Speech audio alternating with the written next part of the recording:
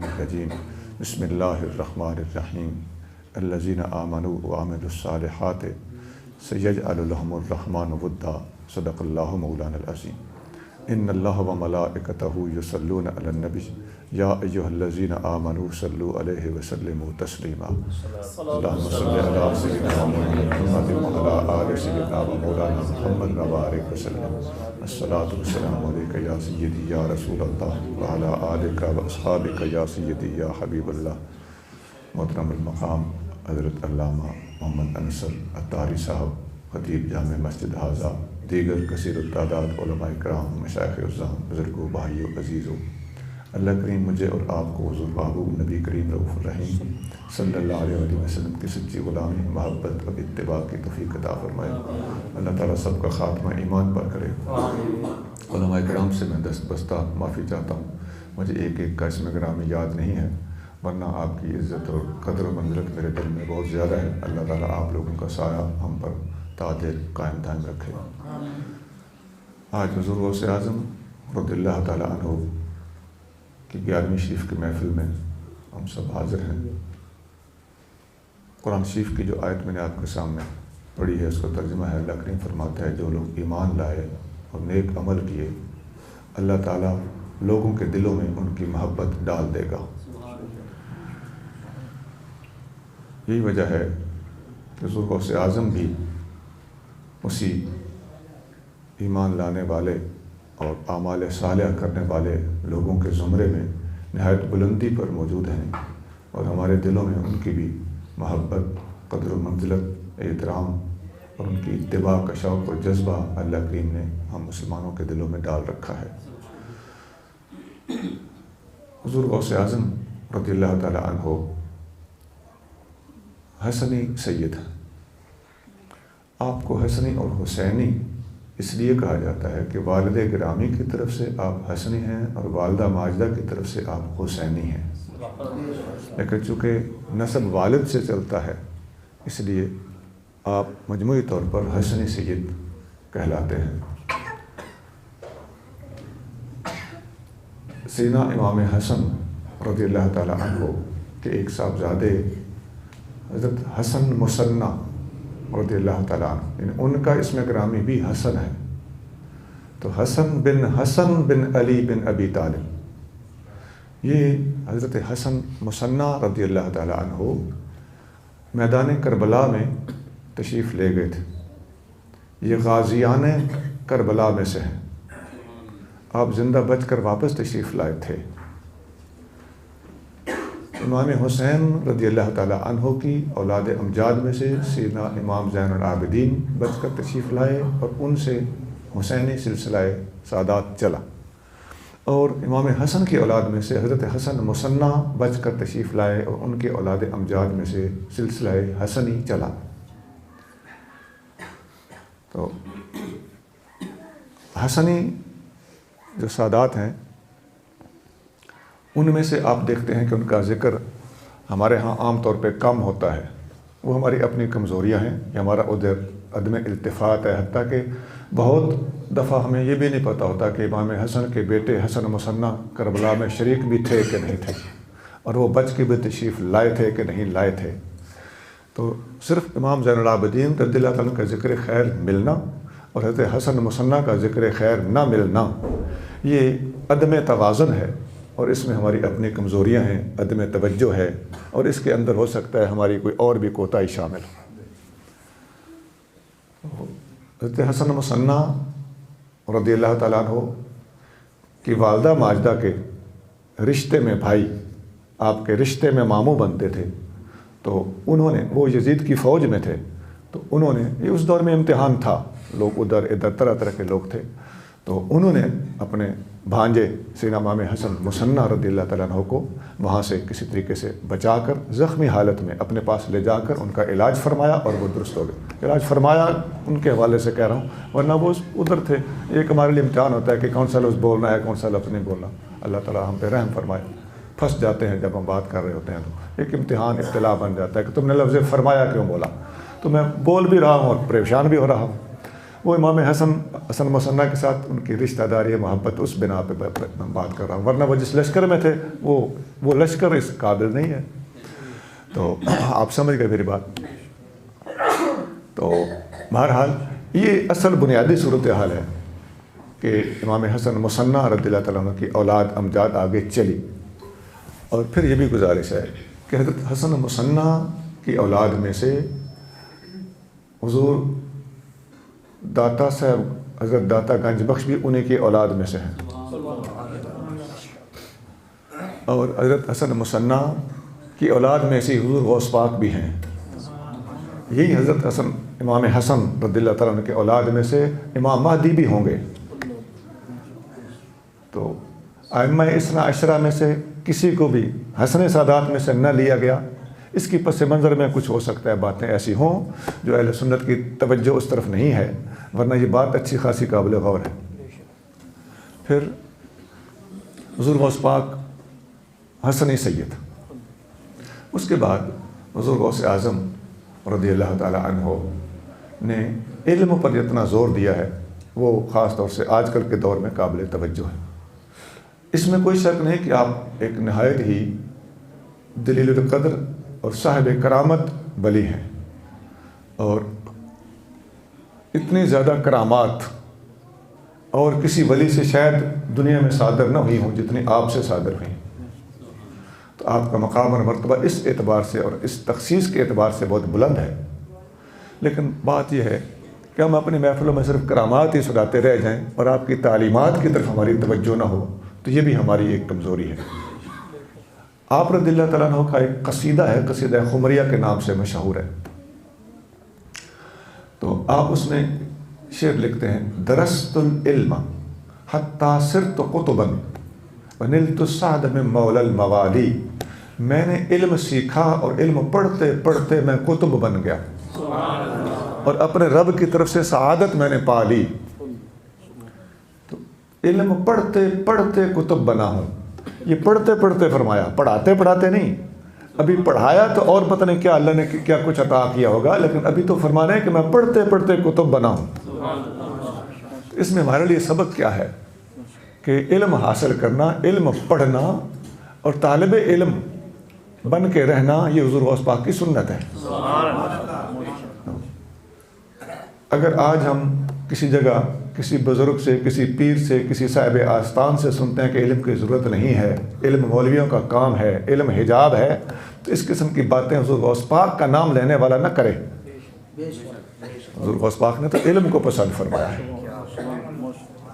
پھر حضور غوث اعظم رضی اللہ تعالیٰ عنہ نے جتنی علمی باتیں کی ہیں وہ بھی اس چیز پر، اس حقیقت پر شاہد ہیں. آپ رضی اللہ تعالیٰ عنہ نے قرآن کی تفسیر لکھی ہے، اس کا نام تفسیر جیلانی ہے. اس کا اردو ترجمہ بھی ہو چکا ہے، عربی میں اصل تفسیر ہے. بالکل خالص وہی انداز ہے جو محدثین، مفسرین اور فقہا کا ہوتا ہے. وہ صوفیانہ انداز کی تفسیر نہیں ہے، وہ عالمانہ رنگ کی تفسیر ہے، اور علماء کے لیے بہت بڑی ڈھارس ہے. لوگ سمجھتے ہیں کہ صوفیاء نے صرف صوفیانہ کام ہی کیا ہے. نہیں، صوفیاء کے سرخیل اور سردار نے عالمانہ کام کر کے دکھایا ہے، قرآن کی تفسیر لکھ کے دکھائی ہے. اور آپ کے پنجاب کے کچھ نوجوان آج کل ایسے اٹھے ہوئے ہیں، اللہ تعالیٰ ان کو ہدایت عطا فرمائے. ہمارے بچے ہیں، ہم ان کے لیے دعا گو ہیں. ہم ان سے بھی درخواست کرتے ہیں کہ ہماری باتوں کا بیٹا برا نہ منایا کرو. ہم بوڑھے ہو چکے ہیں، ہم ضعیف العمر ہو چکے ہیں، ہم تمہارے لیے ویسے قابل احترام نہ صحیح، کم از کم ہماری عمریں تو تمہارے باپ جتنی ہیں. ہم تمہیں درخواست کر رہے ہیں کہ زبان سوچ کے کھولا کرو. لوگ کہتے پھرتے ہیں، اس قسم کے نوجوان جن کو میں تنبیہ کر رہا ہوں، یہ کہتے پھرتے ہیں کہ جی صوفیوں نے کوئی علمی کام نہیں کیا، کوئی تفسیر نہیں لکھی، کسی حدیث کی شرح نہیں لکھی. کیوں کہ یہ اگر لکھتے تو ان کی دکانداریاں خراب ہوتی تھیں. یہ جتنی وہ کہہ رہے ہیں، ان کے اقوال میں سنا رہا ہوں کہ جی وہ جن کی قبریں پوجی جا رہی ہیں، انہوں نے کوئی تفسیر نہیں لکھی، انہوں نے کوئی حدیث کی شرح نہیں لکھی. یہ آپ کے جیلم وغیرہ کے علاقے میں اس قسم کے نوجوان پائے جاتے ہیں. تو ان کو ہم خوف خدا دلاتے ہیں. حضور غوث اعظم نے تفسیر جیلانی لکھ کر آپ کے اس بات کا جواب دے دیا. اور حضرت علامہ جلال الدین سیوطی رحمۃ اللہ علیہ بہت بڑے صوفی ہیں کہ نہیں؟ جن کو 75 مرتبہ حضور کی زیارت بیداری میں ہوئی ہے، وہ تمہیں صوفی نظر نہیں آتا؟ اس صوفی کامل نے 3 تفسیریں لکھی ہیں قرآن، ایک بندہ 3 تفسیریں ہیں، ریکارڈ ہے کہ نہیں؟ بے شک بے شک، کیا بات۔ اور سیاستہ میں سے ہر کتاب کی شرح علامہ سیوطی نے لکھی ہے، اور سیاستہ سے بڑھ کر محترمہ مالک تک کی شرح لکھی ہے، اور فتوے لکھے ہیں۔ الحاوی للفتاوی 2 جلدوں میں دستیاب ہے، یہ ان میں سے کوئی کتاب بھی نایاب نہیں ہے۔ آپ بھی یہ ظاہر الربا مشکات کی جو شرح ہے، آج بھی جنرلی جو مشکات کہہ رہا ہوں، نسائی شریف ظاہر الربا علی المجتبی، مجتبی صفائی نسائی کا اصل نام مجتبی ہے، تو ان کی کتابیں ہیں۔ اسی طرح شاہ ولی اللہ محدث دہلوی صوفی ہیں کہ نہیں ہیں؟ قرآن کی تفسیر لکھ رہے ہیں، قرآن کا ترجمہ لکھ رہے ہیں، فارسی زبان میں ترجمہ لکھا ہے، بہت بڑے فتووں کا سامنا بھی کیا کہ تم نے فارسی میں ترجمہ کیوں کیا ہے، دوسری زبان میں ترجمہ جائز ہے یا ناجائز، یہ بحثیں چھڑ گئیں۔ شاہ ولی اللہ صاحب کو امتحانات کا سامنا کرنا پڑا، ہیں صوفی لکھ رہا ہے قرآن کا ترجمہ، آپ کیسے فرما رہے ہیں کہ صوفیاء نے کام کوئی نہیں کیا؟ اسی طرح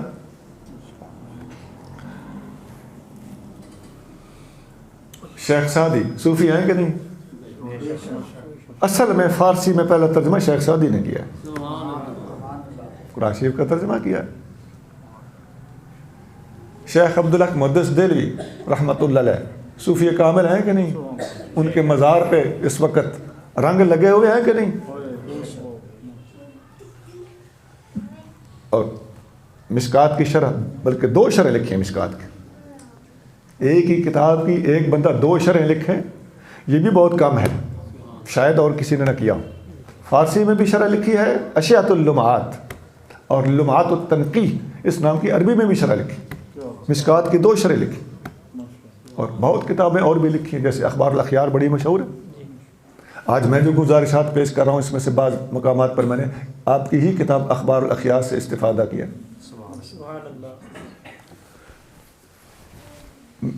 بے شمار کا امام غزالی صوفی ہیں کہ نہیں ہیں؟ امام غزالی جیسا کام کوئی مائی خلال دکھائے تو نہیں، حجت الاسلام کہلاتے ہیں، جن سے اسلام پہچانا جاتا ہے۔ حجت الاسلام کا مطلب ہے، میں اس کا آسان مفہوم بتا رہا ہوں آپ کو کہ بلا حجت الاسلام کا مفہوم یہ ہے کہ اگر اسلام کو اس بندے نے قبول کیا ہے نا تو پھر اسلام سچا مذہب ہے۔ یہ حجت الاسلام کا یہ مفہوم بنتا ہے کہ آپ کی شخصیت کا مسلمان ہونا اسلام کی صداقت کا ثبوت مانا گیا ہے۔ ثبوت اور بڑے ہیں اسلام کی صداقت کے، لیکن یہ بندہ بھی حجت الاسلام اس جہت سے کہلاتا ہے۔ احیاء العلوم پڑھ کے دیکھ لیں، علماء فرماتے ہیں کہ اگر دنیا میں سے ساری کتابیں ختم بھی ہو جائیں تو ہم احیاء العلوم میں سے پورے کا پورا دین دوبارہ زندہ کر کے دکھا سکتے ہیں۔ اس لیے اس کتاب کا نام بھی احیاء العلوم ہے، علوم کو زندہ کرنا۔ صوفیاء نے بڑے بڑے کام کیے، تو میں واپس آتا ہوں، حضور غوث اعظم بھی انہیں صوفیاء میں شمار ہوتے ہیں۔ آپ نے تفسیر قرآن لکھی ہے، تفسیر قرآن کے علاوہ، اور یہ بھی میں گزارش کر دوں، آپ کی تفسیر ان کا نام لینے والے اگر ہم قادری ہیں تو ہمارے اوپر لازم ہے کہ ہم ذرا حضور غوث پاک کی کتاب تفسیر پڑھ کے تو دیکھ لیں ہمارے آج کل نظریات کیا ہیں، حضور غوث پاک کیا فرما رہے ہیں۔ اگر ہمیں حضور غوث پاک کی اس تفسیر کے کسی جملے پر اعتراض ہے تو پھر ہمیں اپنی اصلاح کرنی چاہیے، نہ یہ کہ حضور غوث پاک کی تفسیر پر اعتراض ہو۔ تو میں پھر خوف خدا دلاتا ہوں، تفسیر کو تسلیم کیجئے، تفسیر کے مندرجات پر غور فرمائیے۔ حضور تفسیر جیلانی میں جو حضور غوث اعظم نے لکھا ہے وہی عقیدہ آپ کا بھی ہونا چاہیے۔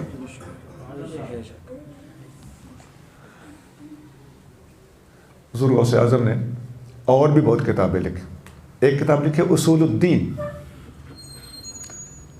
یہ دین کے اصولوں پر ہے، آپ اس کو پڑھ کے دیکھیں آپ کو پتہ چل جائے گا۔ آپ کی کتاب دیکھیں سر الاسرار، یہ بھی آپ کی کتاب ہے۔ آپ کی کتاب ہے فتوح الغیب، یہ بھی آپ کی کتاب ہے۔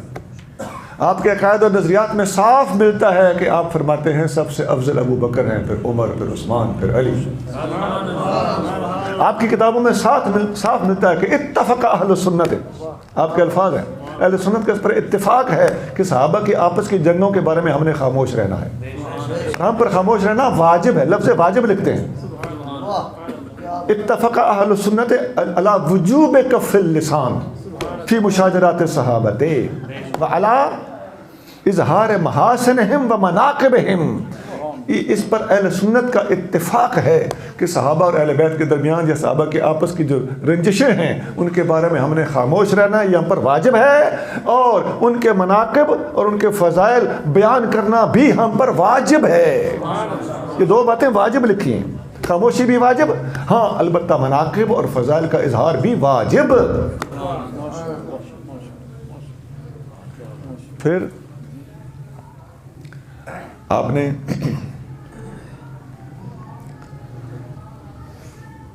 عقائد اور نظریات کے میدان میں آپ نے مختلف فرقوں کے اوپر بھی نام لے لے کر ان پر تنقید کی ہے اور ان کی اصلاح کی ہے۔ آپ نے اپنی کتابوں میں خوارج کے عنوانات باندھے ہیں، روافض کے عنوانات باندھے ہیں، اہل سنت کے عنوانات باندھے ہیں، اور خود تسلیم کرتے ہیں کہ ہم اہل سنت ہیں۔ ذرغوث سے اعظم اہل سنت، یہ جو آپ نے فرمایا کہ اتفق اہل سنت، ابھی میں نے آپ کو جملہ سنایا کہ اہل سنت کا اس پر اتفاق ہے، پتہ چل گیا نا کہ آپ مسلکاً اہل سنت، اور اللہ کا ولی ہمیشہ سنی ہوگا، سنی بھی صحیح العقیدہ، سنی جو چار یار کا یار ہوتا ہے۔ دنیا کا کوئی ولی ایسا نہیں، خدا کی عظمت کی قسم، لال شہباز قلندر تک ہم ان کے اصل الفاظ سنا سکتے ہیں کہ سب نے چار یار کو مانا ہے اور خود اپنے سنی ہونے کا اعلان کیا،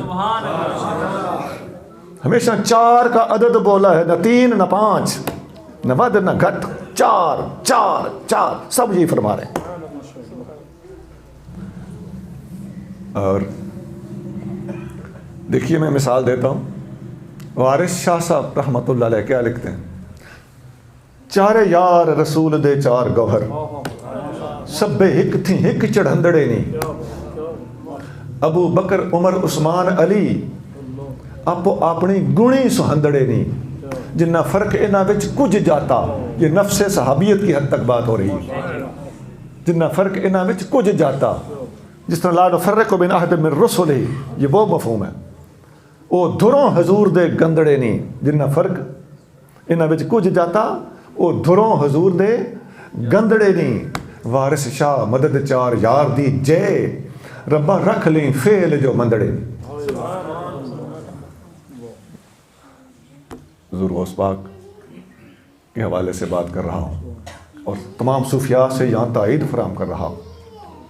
عادل سلطان باہو رحمۃ اللہ علیہ اپنی کتاب عقل بیدار میں ارشاد فرماتے ہیں، آپ فرماتے ہیں عقل بیدار کا صفحہ نمبر 246،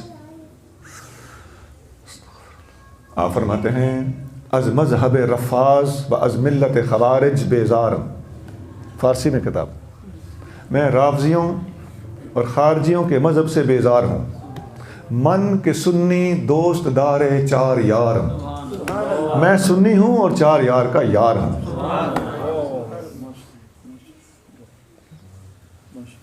آج اگر کوئی قادری ہے تو چار یاری بن کے رہنا پڑے گا، آج اگر کوئی سلطانی ہے چار یاری بن کے رہنا پڑے گا، آج اگر کوئی مجددی ہے چار یاری بن کے رہنا پڑے گا۔ ہم ہر ایک بزرگ کے اقوال میں سے، حتیٰ کہ آج اگر کوئی لال شہباز قلندر کس سے محبت کا اظہار کرتا ہے تو اسے چار یاری بن کے رہنا پڑے گا۔ ہم ان میں سے تمام صوفیاء کے اقوال چار یار کے حق میں دکھا سکتے ہیں۔ میں تو اختصار سے کام لے رہا ہوں۔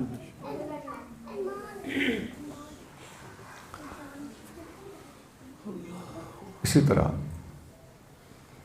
بتا یہ رہا تھا کہ آپ نے علم پر کتنی توجہ دی ہے، مختلف کتابیں لکھی، تفسیر سے لے کے ان تمام کتابوں تک۔ غنیت الطالبین خالص شریعت کی زبردست مضبوط کتاب ہے، اور بعض لوگ سمجھتے ہیں کہ فٹافٹ نہ وہ جب ان کو بات ان کے دل کی نہ ہو نا پھر کہتے ہیں ان کی ہے ہی نہیں۔ اچھا جب مرضی ہو تو کہہ بھی دیتے ہیں، جب اپنی پسند کی بات ہو تو ان کو حوالہ کوٹ بھی کر دیتے ہیں، یہ ہم دکھا سکتے ہیں۔ اپنی مرضی کی بات آئی تو اس کا حوالہ کوٹ کر دیا، جب اپنے اوپر بات گئی تو کہہ دیا ان کی نہیں ہے، حضور یہ انہیں کی کتاب ہے۔ اور اس کی تصدیق یوں بھی ہوتی ہے کہ آپ کی اس کتاب کے اندر لمبے لمبے اقتباسات بعین ہی وہی ہیں جو آپ کی دوسری کتابوں میں موجود ہیں۔ اچھا، پھر آپ نے ان کتابوں میں مختلف طبقوں کا بھی ذکر کیا ہے۔ آپ کی کتاب سر الاسرار جو میں نے جس کا نام ابھی لیا، یہ پاکستان میں ترجمے کے ساتھ چھپی ہے اور باہر سے مصر سے عربی زبان میں چھپی ہوئی ہے۔ آپ نے اس میں تصوف کے اندر صوفی کہلانے والے لوگوں کے 12 فرقے بیان کیے، ان میں ایک کو اہل سنت اور باقی سب کو اہل سنت سے خارج کرا دیے۔ اور ان فرقوں کو گنتے وقت آپ نے فرمایا کہ ان فرقوں میں ایک فرقہ حامیہ بھی ہے۔ آپ بولیں کیا لفظ ہے؟ حامیہ۔ یہ ہا لاہوری ہے، حامیہ۔ آپ فرماتے ہیں یہ حامیہ فرقہ صوفی بنتا ہے، اہل سنت نہیں ہے، اور صوفیوں کے نام پر یہ فرقہ ہے۔ وہ جو 12 فرقے میں نے بتایا نا، آپ پڑھ کے دیکھیں قبلہ اس کتاب کو، وہ ایک کو حضور غوث پاک اہل سنت کہہ رہے ہیں، باقی وہ 11 فرقے آپ سارے کے سارے دیکھ لیں، اس وقت وہ آپ کے اندر موجود ہیں۔ یہ جتنے ادھر بدے ہیں نا، وہ سارے ان 11 میں سے اکثر اہل سنت کے علاوہ وہ اکثر ان 11 میں سے کوئی نہ کوئی، اور غوث پاک ان کو اہل سنت سے خارج قرار دے رہے ہیں۔ تو تصوف کے نام پہ جو اودھم مچا ہوا ہے، اللہ کریم اس سے ہمیں نجات عطا فرمائے۔ صحیح العقیدہ قادری اور غوثیائی صوفی بن کے رہنے کی اللہ تعالیٰ توفیق عطا فرمائے۔ قادری سے کہنے سے میری مراد چشتیوں، نقشبندیوں اور سہروردیوں کی نفی نہیں ہے، میں حضور غوث پاک کی کتاب کے حوالے سے بات کر رہا ہوں کہ اگر کوئی غوث پاک کو مانتا ہو تو پھر صحیح قادری بن کے رہنا پڑے گا۔ نام غوث پاک کا لینا اور قادری تعلیمات سے برگشتہ ہونا، اگر ایسا بندہ ہے تو ہم قدم قدم پہ اس کو اس کی ایک ایک حرکت کو ثابت کر سکتے ہیں کہ حضور غوث پاک کی تعلیمات کے خلاف ہے۔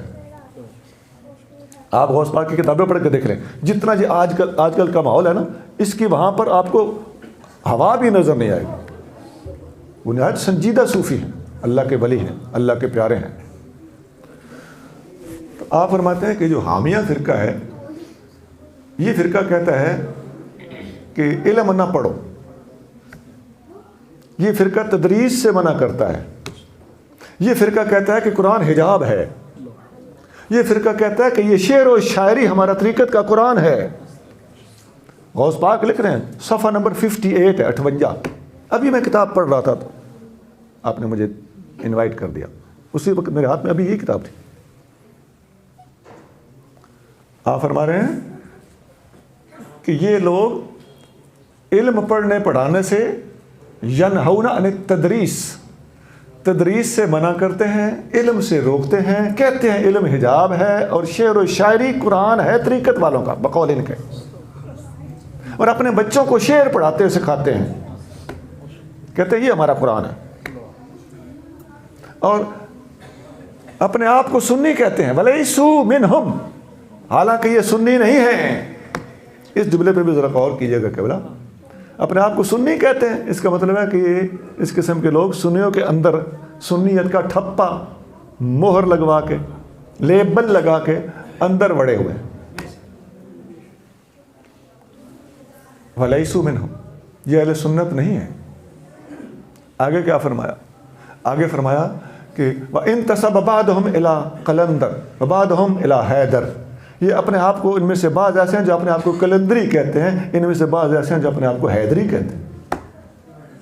اب آپ کو زیادہ سمجھ آ گئی ہوگی کہ ہماری اپنی صفوں میں اس قسم کے لوگ گھسے ہوئے ہیں۔ غوث پاک فرما رہے ہیں یہ سنی نہیں ہے، آپ یہ باتیں ان کو بتائیں بھی یہ نہیں کنونس ہوں گے۔ کیوں؟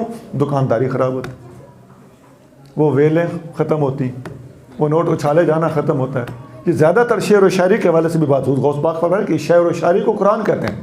ذرا غور کیجئے، آپ کو ہمیں آج کل کے ہمارے ماحول میں یہی پٹیاں پڑھائی جا رہی ہیں نا کہ شعر و شاعری یہ جو ہم ادھر کرتے ہیں یہ قرآن ہے، ہم نعت کی صورت میں وہ قرآن سناتے ہیں۔ یہ کس نے کہا ہے؟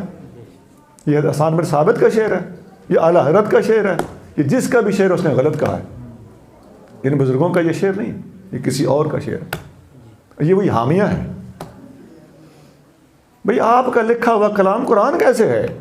قرآن کے مطابق ہوگا تو پھر بھی قرآن کے مطابق کہیں گے، قرآن پھر بھی نہیں کہہ سکتے۔ قرآن و سنت کے مطابق ماشاءاللہ تحقیقی ہے، اچھا ہے، ٹھیک ہے، ماشاءاللہ. قرآن نہیں ہے بھائی. یہ میں بات بتا دوں، الحمدللہ میں نعتیں لکھتا ہوں خود، شاید 12 بھی پڑھی ہوں. 8 زبانوں میں فقیر کی لکھی نعتیں موجود ہیں. یہ کیوں کہا؟ اس لیے کہ کوئی یہ نہ سمجھے کہ بات نعتوں کی صرف ہو رہی ہے. نعتوں کی بات نہیں ہو رہی، صحیح نعتوں کی بات ہو رہی ہے، اور تمہاری غلط نعتوں کی بات ہو رہی ہے. خلاف شرع نعتوں کو ہم روک رہے ہیں. اعلیٰ حضرت کا کلام پڑھو نا، مزہ ہی آ جائے گا.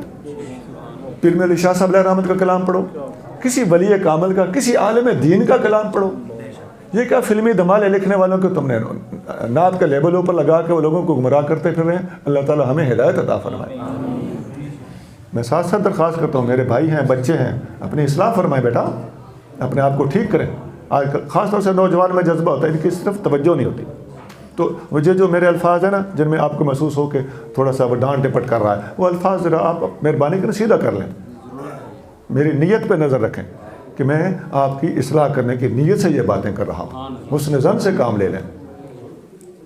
میں دلائل سے بات کر رہا ہوں، ان کے دلائل کا جواب آپ کے پاس نہیں ہے تو صرف آپ کے اپنے وہ نفس پہ بن جائے اور آپ کی طبیعت کے خلاف ہو تو آپ اس پہ برا منائیں تو نہیں کہ بلا آپ کو اپنی اصلاح کرنی پڑے. ہم تو کوشش کرتے ہیں کہ بات کریں جس کا ہمیں قیامت کے دن جواب نہ دینا پڑے، اور اگر آپ کو دینا پڑے گا تو اپنی اصلاح کر لیں، تیاری کر لیں. ہم نے سمجھا دیا، آپ نہیں کہہ سکتے کہ ہمیں سمجھایا نہیں تھا. ہم سمجھا رہے ہیں. پھر حضور نبی کریم رؤوف الرحیم صلی اللہ علیہ وسلم کی اپنی حدیث ہو، آپ کا اپنا فرمان عالی شان ہو تو کیا اسے قرآن کہہ سکتے ہیں؟ نہیں کہہ سکتے. حضور کا فرمان قرآن نہیں، حضور کا فرمان حدیث ہے. ایسا ہے کہ نہیں ہے؟ تو قرآن حدیث میں فرق کیا ہے؟ یہی فرق ہے نا کہ فرمان مصطفیٰ کو کیا کہتے ہیں؟ حدیث.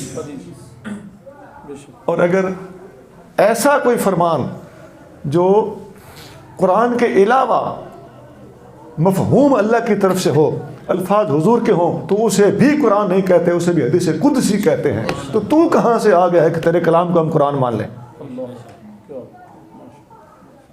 اور پھر قرآن و سنت کے مطابق ہے تو اس کی تحسین کی جائے گی، اچھا کہا جائے گا. قرآن پھر بھی نہیں کہا جائے گا، اور ہے ہی قرآن و سنت کے خلاف تو تم اس کو قرآن کہہ رہے ہو. یہ غضب اور ظلم بالائے ظلم ہے.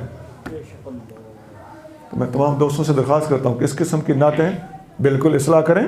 دوستوں کے اچھے دوستوں کو بتائیں، بلائیں، اور ان کو بے طرح کے نعت آپ ایشو کریں. یہ نعت آپ نے پڑھنی، سجے کھبے نہیں جانا. جس کو یہ نعت پڑھے گا بچہ کہتے ہیں میں نے نعت پڑھنی ہے، آپ پڑھ لیں. کوئی ہے کنٹرول کہ کون سی نعت پڑھو گے؟ کس کا لکھا ہوا کلام وہ پڑھ دے گا، شریعت کے مطابق ہوگا، خلاف شرع ہوگا. ادھر کھڑے ہو کے کہتے ہیں کہ ہندو کہتا ہے، ایک مسلمان کہتا ہے، کبھی پتہ نہیں کیا بولنے کو آپ مل جاتا ہے ہمیں. بھئی اللہ والوں کے کلام موجود ہیں، تم ہندوؤں کا کلام ہمیں کیوں سناتے ہو؟ وہ ہندو جب مسلمان نہیں ہوا تو تم نے اس کا کلام کیوں پڑھنا ہے؟ مسلمان ہو گیا ہو تو پھر تو مسلمان ہو گیا، پھر ہندو رہا ہی نہیں، پھر اس کو ہندو نہ کہو. اگر وہ ہندو ہے پھر کلام لکھتا ہے تو کیوں اس کی سازش کا شکار ہوتے ہو؟ مسلمانوں کو مسلمان کا کلام سناؤ. اور وہ ہوتا بھی اکثر جھوٹ ہے، وہ ہندو کا پتہ نہیں ہوتا بھی ہے کہ نہیں.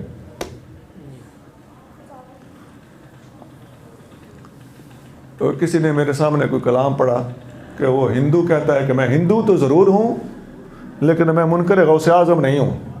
مثال دے رہا ہوں میں، ہو سکتا ہے کسی اور ہستی کا نام لیا ہو، اللہ کے پیارے کا نام لیا ہو. کسی بھی اللہ کے پیارے کا نام لیتا ہے، کہتا ہے میں ہندو ہوں لیکن دشمن حسین نہیں ہوں یا دشمن غوث اعظم نہیں ہوں. خدا کے بندے، یہ ہندو ہوں اس کا مطلب کیا ہے؟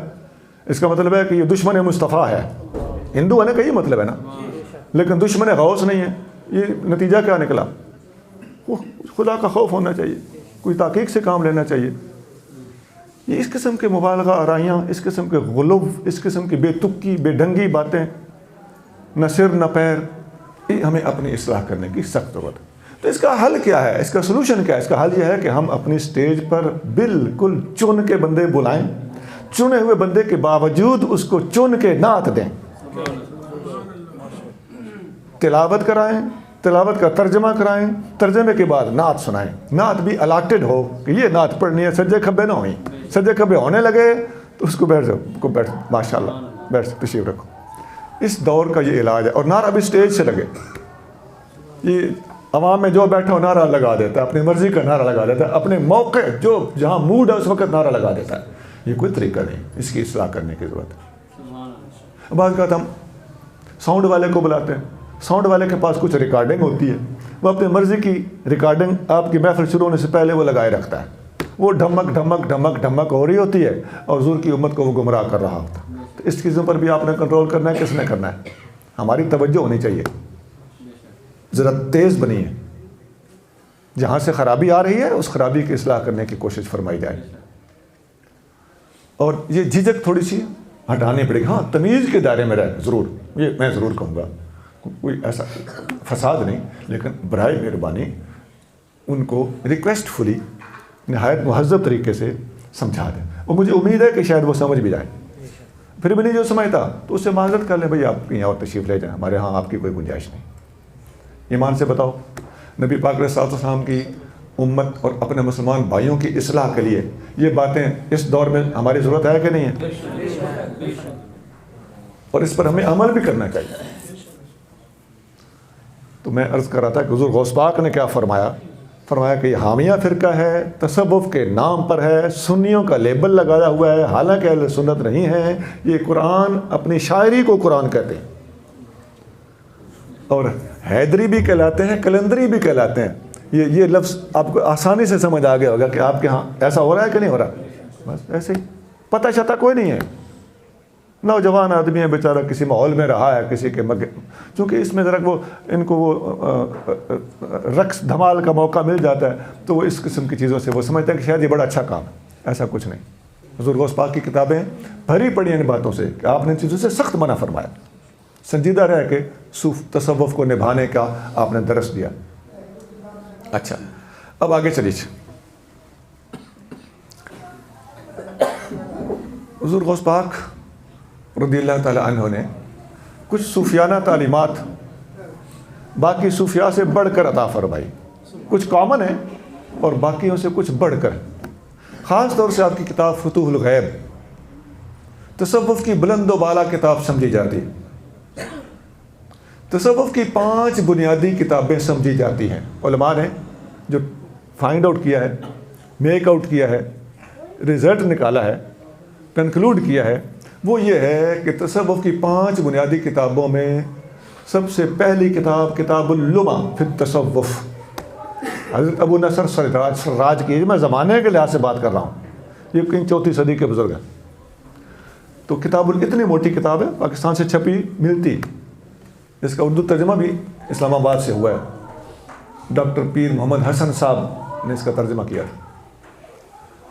تو دوسری کتاب ہے رسالہ قشیریہ، امام ابو القاسم قشیری رحمۃ اللہ علیہ. یہ بھی اچھی موٹی کتاب. اس کا اردو ترجمہ حضرت علامہ محمد صدیق صاحب ہزاروی دامن برکاتہم العالیہ نے کیا. تیسری کتاب ہے کشف المحجوب. زمانے کے لحاظ سے اس کے ترجمے تو اتنے ہوئے ہیں کہ شاید کوئی بندہ گن بھی نہ سکتا. اس کا مناسب ترین ترجمہ جو فقیر نے دیکھا ہے، کئی ترجمے میں نے دیکھے، اس کا مناسب ترین ترجمہ حضرت علامہ مفتی معین الدین صاحب نعیمی رحمۃ اللہ علیہ نے کیا. یہ مارکیٹ میں ملتا ہے اور داتا صاحب کے عرس کے موقع پر یہ ہر سال یہ کتاب، یہ ترجمہ بہت زیادہ چھپتا ہے، سستا ترین ملتا ہے. تقریباً لگی قیمت پہ وہ دے دیتے ہیں یا اس سے بھی کم قیمت پہ. علماء محنتیں کر رہے ہیں، ہماری اندر کمزوریاں. چوتھی تصوف کی کتاب ہے زمانے کے لحاظ سے حضور غوث پاک کی کتاب فتوح الغیب. یہ 3 کتابوں کے مصنف آپ سے پہلے ہو گزرے. یہ بالکل چھوٹی سی کتاب ہے اور توحید کو سمجھنا اور بندے کا اللہ کے ساتھ رابطہ مربوط اور مضبوط کرنا ہو تو یہ کتاب میرے مطالعے کے مطابق حرف آخر ہے. اللہ کرے ادھر اندر کچھ اللہ نے رکھا ہوا ہو اور مرشد کامل ہو، ورنہ یہ کتاب بندے کو ولی بنانے کے لیے بہت بلند پایا کتاب. اور 5ویں کتاب ہے عوارف المعارف، حضرت شیخ شہاب الدین سہروردی رحمۃ اللہ علیہ کی لکھی ہوئی کتاب ہے عوارف المعارف. تو یہ چنگی موٹی کتاب ہے. یہ بہت آستانوں پہ ایک طویل عرصے تک درسن پڑھائی جاتی رہی. یہ 5 بنیادی کتابیں ہیں: کتاب اللمع، رسالہ کشیریہ، کشف المحجوب، فتوح الغیب، عوارف المعارف۔ اور علماء نے فیصلہ یہ دیا ہے یا صوفیاء نے کہ ان تمام کتابوں میں سب سے بلند رتبہ کتاب داتا صاحب کی کتاب کشف المحجوب، اور دوسرے نمبر پر حضور غوث پاک کی کتاب فتوح الغیب آتی ہے۔ اب واللہ عالم اس زمانے میں جہاں تک مجھے سمجھ آتی ہے حضور غوث پاک کی کتاب سر الاسرار ابھی منظر پہ نہیں آئی تھی۔ یہ اگر اس وقت کے علماء کے نوٹس میں آ جاتی اس کو وہ شاید کون سا نمبر دیتے، اور ضرور میرا خیال ہے کہ اس کو کوئی نہ کوئی نمبر ملنا تھا، شاید پہلا نمبر ہوتا۔ سر الاسرار، رازوں کا راز، فیما یحتاج الیہ الابرار، اللہ کے ولی جس راز کے محتاج ہوتے ہیں، یہ کتاب۔ اس کے 24 باب ہیں، لیکن انتہا درجے کی تعلیمات اس میں دی گئی۔ اسی میں سے میں نے آپ کو پڑھ کے سنایا فرقہ حامیہ کے بارے میں۔ اچھا، پھر داتا صاحب رحمت اپنا حضور غوث اعظم رضی اللہ تعالیٰ عنہ نے ان کتابوں میں جو تعلیمات عطا فرمائی، ان میں ایک جگہ پہ آپ ارشاد فرماتے ہیں، صرف 2 لفظ آپ نے ایک جگہ پہ لکھے، آپ فرماتے ہیں ارد بالدون، بس 2 لفظ ہیں، فتوح الغیب کے ایک مقالے، ارد بالدون، اس کا مطلب ہے تھوڑے پہ راضی ہو جا، بس۔ یہ بہت بڑی تعلیم ہے، صوفی بننا ہو تو یہ بنیادی نقطہ ہے، ارد بالدون، تھوڑے پہ راضی ہو جا۔ اب ہم تھوڑا یا زیادہ سمجھتے ہیں دولت کو، نہیں، تھوڑی دولت پہ بھی راضی ہوگا، اور ارد بالدون تھوڑے پہ راضی ہوگا۔ لفظ دولت آپ نے نہیں بولا، اس میں دولت بھی آتی ہے، اس میں ولایت بھی آتی ہے۔ جتنا تجھے مل چکا ہے اس پہ راضی ہو جا، راضی رہنا اصل ولایت ہے۔ ولایت کے حصول پر اور بڑی توجہ رکھنا یہ بھی بڑی اچھی بات ہے، لیکن ولایت کے حصول کے لیے جب کھڑکیاں کھلتی ہیں، سمجھ آنی شروع ہو جاتی ہے، تو پھر بندے کو پتہ چلتا ہے کہ میں یہ سارا کچھ ولی بننے کے لیے کر رہا ہوں۔ یہ بات جب بیچ میں آ گئی تو حجاب بن گیا۔ ارد بالدون کا یہ مطلب ہے، ولی بننے کے لیے سر مارنا، ذکر کرنا، لطائف چلانا، یہ لطائف چلانا اچھی بات ہے، اللہ اللہ میں سر مارنا اچھی بات ہے، میں اس پر تو تنقید نہیں کر رہا، قلب کا جاری ہونا ثابت ہے شرم، اور یہ اچھی بات ہے۔ لیکن جب یہ ذہن میں آ گئی بات کہ اس سے میں بنوں گا کیا، تو اسی وقت حجاب بن گیا۔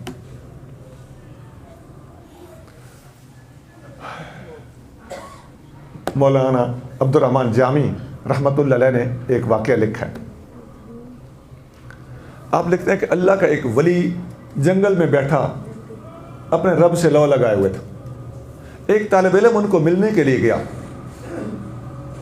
طالب علم کو دور سے اس ولی نے دیکھا کہ طالب علم آ رہا ہے، تو اس کے دل کے خطرات کو بھانپ لیا کہ یہ مجھ سے ملنے آ رہا ہے اور یہ ولایت کا شوق رکھتا ہے۔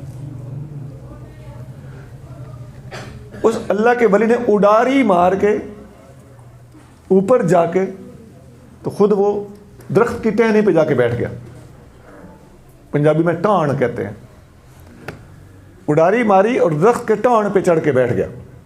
جب وہ طالب علم قریب آیا نا تو اس کو دیکھ کے کہنے لگے تم میرے جیسا بننا چاہتے ہو، یہ جو میں نے اڈاری ماری؟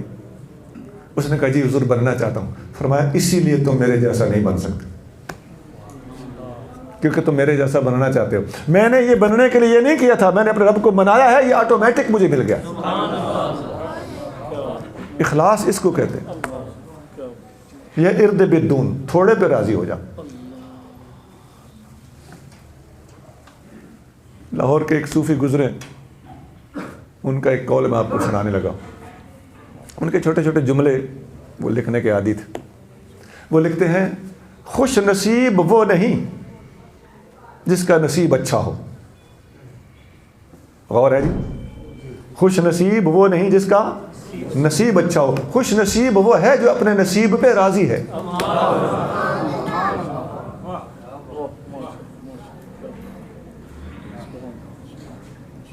پھر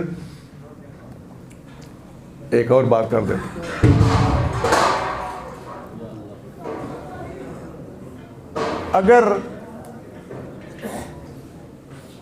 اللہ کی طرف سے ہمارے لیے اعلان ہو جائے، میں ایک بات فرضی کرنے لگا ہوں، بالفرض اعلان ہو جائے کہ تمہارے لیے جہنم لکھ دی گئی ہے، تم عبادت کرو یا نہ کرو، ذکر کرو یا نہ کرو، مراقبہ کرو یا نہ کرو، محنت کرو یا نہ کرو، بہرحال میں مالک ہوں، تمہارے لیے جہنم ہے۔ اب ہم کیا کریں گے؟ اب دو ہی راستے ہیں، یا تو سوچیں کہ غالب بعیش کوش کے عالم دوبارہ نیست، کہ جو ہونا ہے وہ تو ہونا ہی ہونا ہے، تو گھٹ کیوں کریے پھر، ایک تو راستہ یہ ہے۔ دوسرا راستہ یہ ہے کہ جواب دیا جائے باری تعالیٰ یہ مجھے جہنم بھیجنا یا جنت بھیجنا یہ آپ کی مرضی پر ہے، میری ڈیوٹی یہ ہے کہ میں آپ کا نام جپتا رہوں، آپ کے در سے نہ ہٹوں، آپ کی عبادت میں اس لیے کرتا ہوں کہ آپ عبادت کے حقدار ہو، اور میں خود سجدہ ریز اس لیے ہوتا ہوں کہ مجھے زیب دیتا ہے کہ میں اپنے رب کے سامنے سجدہ ریز ہوں، میں تو اس لیے کر رہا ہوں۔ آپ کا وہ فیصلہ سر پہ بھی قبول ہے، آنکھوں پہ بھی قبول ہے، میں اور کہاں جاؤں، تیرا دروازہ مجھ سے نہیں چھوٹتا، اسے کہتے ہیں رضا۔ فقیر نے ایک نعتیہ کلام لکھا ہے، نام غلام رسول صداواں تے بوہا چھوڑ کے کتھے جاواں، یہی ہے۔ ہم نے تجھے راضی کرنا ہے، کوشش کرنی ہے، ہاتھ پیر مارنے ہیں، تیری عبادت کرنی ہے، تجھے منا کے چھوڑنا یہ ہمارے بس میں نہیں ہے۔ بلے شاہ او دی او جانے، سانو اپنی توڑ نبھاون دے، ہم نے اپنی توڑ نبھانی۔ آپ آقا ہیں، آپ مالک، یہی بہت ہے کہ تم دیکھتے ہو ساحل پر، یہی بہت ہے۔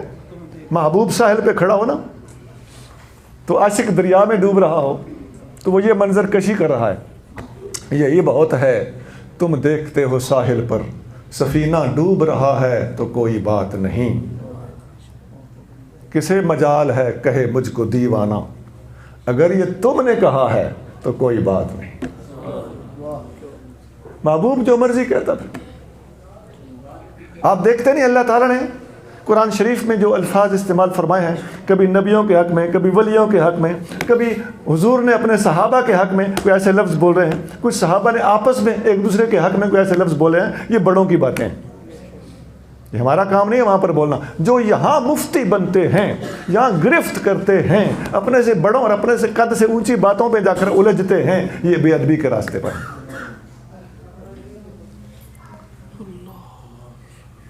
جو وہ مرضی کہتا رہے، اگر یہ تم نے کہا ہے تو کوئی بات نہیں۔ دیکھنا کہ وہ کہنے والا کون ہے، جس کسی کو بھی کہہ رہا ہے کہنے والا کون ہے۔ تو بڑوں کی باتیں، چھوٹے ادب میں رہتے ہیں، بالکل آسان سی بات ہے۔ اللہ تعالیٰ کھڑکیاں بند نہ کر دے،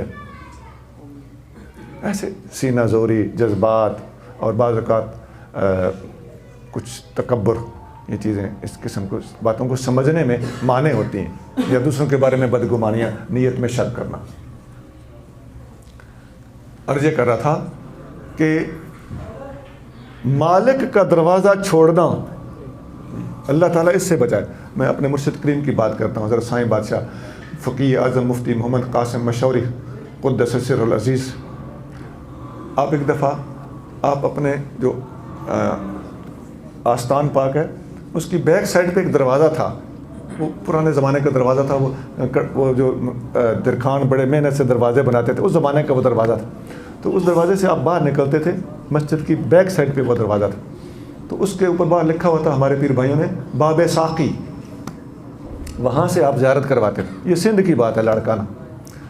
تو آپ وہاں سے تشریف لائے تو ہمارا ایک پیر بھائی تھا، وہ تو آپ کے قدموں پہ گر گیا، حضور میں نے بڑے گناہ کیے، میں گناہ گار ہوں، میں کوئی بڑا، میں یہ کر بیٹھا، میں وہ کر بیٹھا، میں مارا گیا، میں لٹ گیا، یہ ہو۔ اس نے تو دہائی مچا دی، ہمارے مرشد کریم کو اس نے پریشان کر دیا۔ اب وہ قدموں سے نہیں اٹھا، سائیں فرماتے تھے کہ اس کو اٹھاؤ میرے قدموں سے، عالم پیری تھا تو وہ اٹھانے کے بجائے کسی کو کہہ دیا اس کو اٹھاؤ میرے قدموں سے۔ ہمارے پیر بھائیوں نے اس کو پکڑ کے کھڑا کیا، آپ نے اس کو گلے سے لگا لیا، تو اس کا جو اظہار تھا نا اپنے گناہ گار ہونے کا، پتہ نہیں وہ کیا کر بیٹھا تھا، تو آپ نے اس کو ایک لفظ بولا اور آپ اندر چلے گئے۔ لفظ کیا بولا؟ وہ آپ کو سنانے لگا. لفظ بول کے آپ اندر چلے گئے. وہ لفظ کیا تھا؟ فرمایا در مت چھوڑنا. بس اللہ کرے در نہ چھوٹے. نام غلام رسول صدامہ بوا چھوڑ کے کتھے جاؤں اور کہاں جائیں.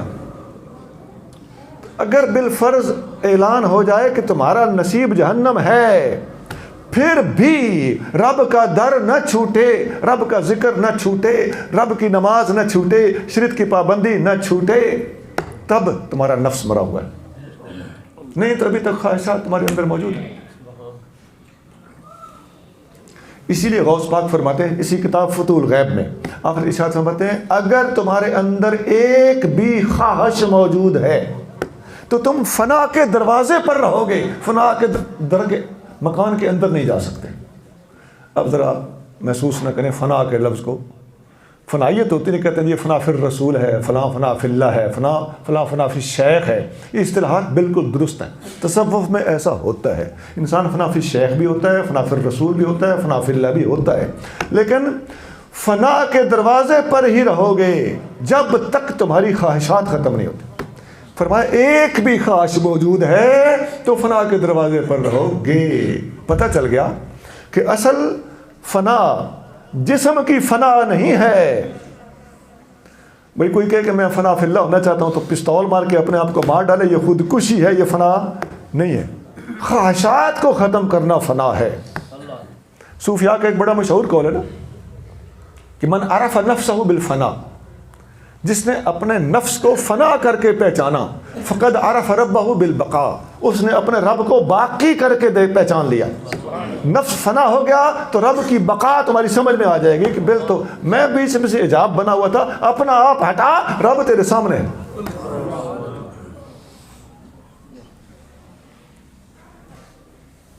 یہ جو طریقہ ہے نا فنائیت کا، تو فرمائے ایک خواہش بھی باقی ہے تو فنا نہیں ہو سکتے.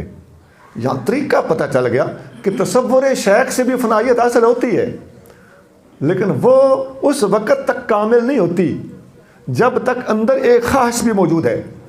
مختلف قسم کے تصورات، مختلف قسم کے تفکرات، مختلف قسم کے مشاغل، مختلف قسم کے افکار، مختلف قسم کے مراقبے سب برحق ہیں. ایک ایک سلسلے میں کئی مراقبے ہیں.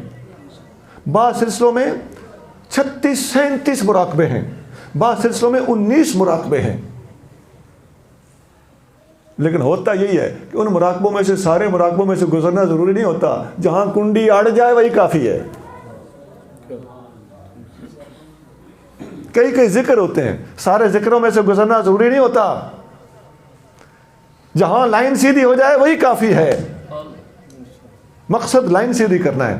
بندے اور اللہ کے درمیان حجابات ہٹ جائیں، نظر سیدھی مالک پہ ہو، نہ ادھر کی پرواہ نہ ادھر کی پرواہ، نہ کچھ اور دیکھنے میں آئے نہ کچھ اور سننے میں آئے. مالک کی طرف لو لگی ہوئی ہو، سناٹا ہو، خوف امید اسی سے ہو. جو ہوتا ہے ہو جائے، تو چاہیے، تیرے سوا اور کچھ نہیں چاہیے. آنے دے، ہونے دے، مرنے دے. بس کیا چاہتے ہو؟ کچھ نہیں چاہتا، تجھے چاہتا ہوں بس. مجھے چاہ کے کیا کرو گے؟ یہ بھی تو خواہش ہے. میں تجھے بھی نہیں چاہتا، جو تو چاہتا ہے وہ چاہتا ہوں. اب گیم مکمل ہوئی. راستے میں سٹیپ ہیں. جو تو چاہتا ہے وہ چاہتا ہوں. اب جو تو چاہتا ہے وہ چاہتا ہوں. ہر چیز کی نفی ہے، دیکھنے کی نفی ہے، سننے کی نفی ہے. حب کا شیء یوم و یسم، حدیث میں آتا ہے کسی چیز کی محبت اندھا اور بہرا کر دیتی ہے. اس کا مطلب یہ بعض علماء نے بیان کیا، وہ ٹھیک ہے کہ محبوب کا عیب نظر نہیں آتا، محبوب کا عیب سننے کو دل نہیں چاہتا. لیکن اگر گہرائی میں جاؤ تو حضور نے یہ محبوب وغیرہ کے لفظ نہیں بولا کہ محبوب کا عیب. مطلب اس کا یہ بھی بن سکتا ہے، سونا ذرا غور کر لو، کہ محبوب کے علاوہ کسی کو دیکھنے سے بہرا ہے، اندھا ہے، اور کسی کو سننے سے بہرا ہے.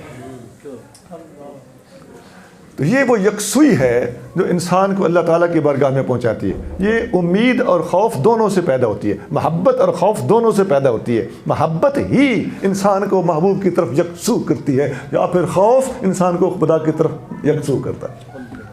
یا محبت یا خوف. آپ سوچ رہے ہیں محبت والے کو محبت کی وجہ سے محبوب کے سوا کچھ نہیں سوجھتا, اور خوف والے کو خوف کی حالت میں محبوب کے سوا کچھ نہیں سوجھتا. ابتدائی طالب کے لیے محبت ہوتی ہے, انتہائی کے لیے خوف ہوتا ہے. یہ سارے راستے تصوف کے ہیں. اب بتائیے, ایمان سے بتائیے, یہ جو ہماری محفلوں میں جو کچھ ہوتا ہے ان باتوں کا ان سے کوئی تعلق ہے؟ نہیں. سونا اللہ تعالیٰ ہمیں اچھی راہ عطا فرمائے.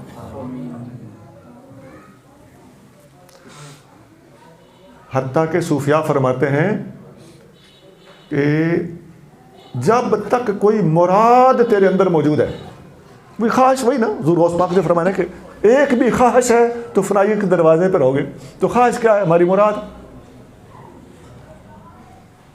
شاہ عبداللطیف بھٹائی رحمۃ اللہ علیہ لکھتے ہیں,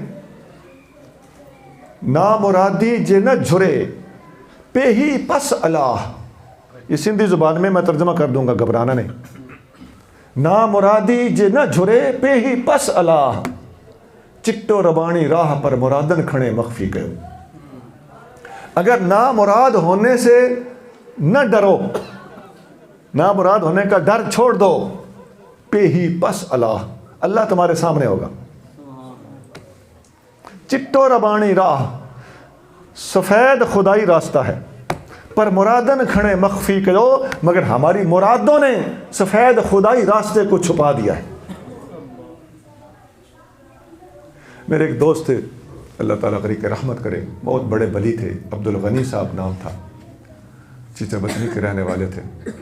تو مجھے ایک دن بتانے لگے کہ میں سجدے میں گیا تو میں نے اپنے اللہ سے کہا کہ لبیک, اے اللہ میں حاضر ہوں. اللہ نے کہا تیری لبیک کوئی نہیں, تو کون نہیں حاضر. وہ اپنا واقعہ خود سنا رہا ہے.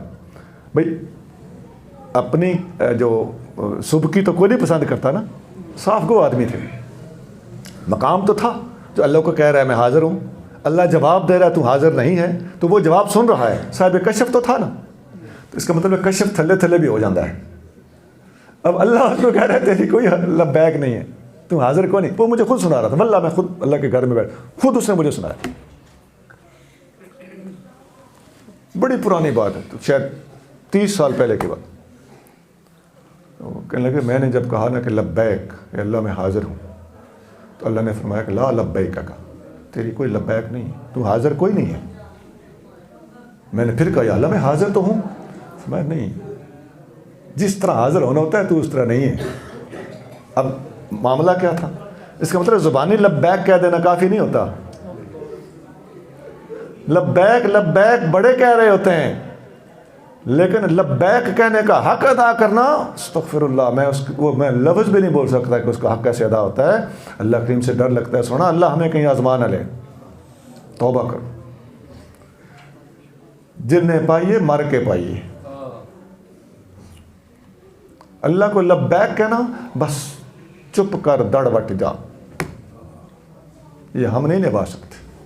اللہ اپنا فضل فرمائے, اپنے محبوب کے طفیل فضل فرمائے, اپنے اولیاء کے طفیل فضل فرمائے, ہم پر آسانیاں فرمائے. ہم کمزور ہیں, لیکن جہاں تک ان حقائق کا تعلق ہے, اللہ تعالیٰ جس پہ فضل کرتا ہے اسے ان کی توفیق بھی دے دیتا. یہ گفتگو میرے ارادے اور ذہن میں نہیں تھی. گفتگو کے دوران گفتگو نے یہ رخ اختیار کیا. اللہ تعالیٰ ہمیں اپنے پیاروں کی راہ پر چلائے. بتا یہ رہا تھا کہ حضور غوث پاک نے اپنی کتاب فتوح الغیب میں جو تعلیمات دی ہیں, ان میں سے ایک تعلیم یہ ہے کہ آپ فرماتے ہیں کہ جب تک ایک بھی خواہش ہے تم فنا کے دروازے پر رہو گے. اور ارد بدون سے بات چلی تھی. آپ نے فرمایا کہ تھوڑے پر راضی ہو جا, جو اللہ کی دین پہ راضی ہے. نصیب خوش نصیب وہ نہیں جس کا نصیب اچھا ہو, خوش نصیب وہ ہے جو اپنے نصیب پر راضی ہو. ہماری ٹینشنیں کیا ہیں؟ خواہش کی وجہ سے.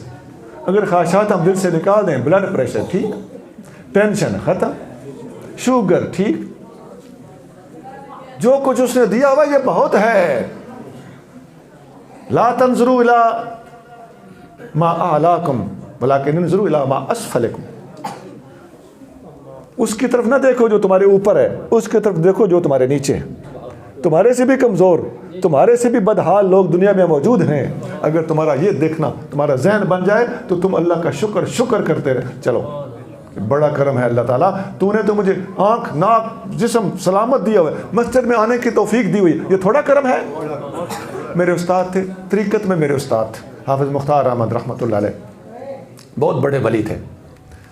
تو اپنا واقعہ انہوں نے مجھے سنایا، ان کا ایک بازو کٹا ہوا تھا۔ مجھے بتانے لگے کہ ایک دفعہ میں ریلوے اسٹیشن پر بیٹھا تھا، مجھے انہوں نے نام بھی بتایا اسٹیشن کا، اب مجھے اس وقت ذہن میں نہیں۔ تو میں لگا میں ریلوے اسٹیشن پہ وہ پھٹے لگے ہوتے ہیں نا اسٹیشنوں پر، بسم اللہ،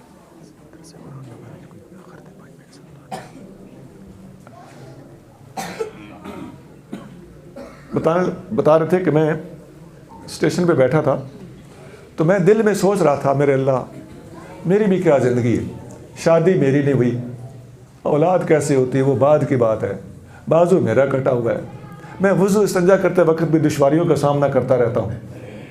تو میں اپنے بارے میں اللہ کریم سے شکایت کر رہا تھا۔ پھر فرمانے لگے کہ جب میں ایسے میں بیٹھا تھا نا تو پلیٹ فارم پر ادھر سے ایک آدمی چڑھا اور اس کے دونوں ہاتھ اور دونوں پاؤں کٹے ہوئے تھے اور وہ کرلے کی طرح گھستا ہوا آگے آ رہا تھا۔